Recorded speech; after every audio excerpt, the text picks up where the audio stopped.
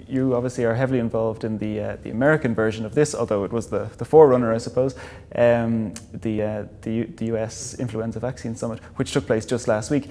Tell us a bit about how long that's been happening and what effect it has had in bringing together some of the patient groups and doctors. Because it does sometimes feel like the US is slightly further down the road in terms of bringing together patient groups and others. So tell us how this came about. So I think we had the luck of having the US Flu Summit. It's been around for 12 plus years now. In fact, it was started by myself and Dr. Walter Orenstein, who was at the CDC at the time when this happened. And it was at that point to deal with a very specific issue of vaccine supply, because we had a vaccine supply crisis back when the flu summit first started. And then as it began to evolve, it became very clear to us that what we needed for influenza was a way for all partners to come together in a very open, transparent, and clear environment where they could talk about the challenges each other was facing, so that we could understand the positions better. The pharmacists could say what challenges they were facing. The physicians could say that. The vaccine manufacturers, who are all at our summit, can say these are our challenges making vaccine. And the distributors could say these are our challenges, so that everybody understood what the problem was. Instead of talking around each other, we could talk to each other. And once we started doing that, I think it became clear that we became more unified in terms of how we can help improve the health of the United States public by making sure that influenza vaccination was carried out. And what we began to recognize is that we needed to make sure vaccine supply was stable.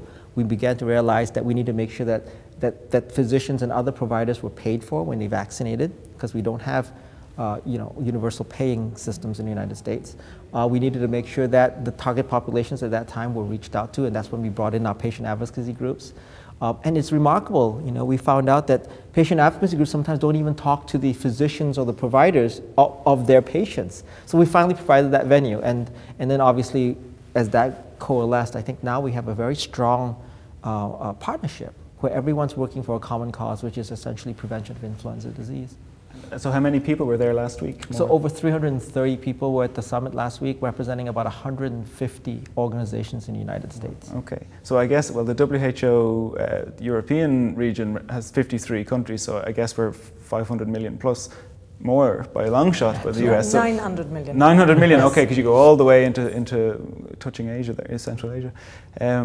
So I guess this summit perhaps could grow over time if it's going to match the scale of the American version. But what do you think would be the best message to come out of these types of gatherings? The main message is to the risk groups, so persons who are at risk for severe disease, make sure you get vaccinated.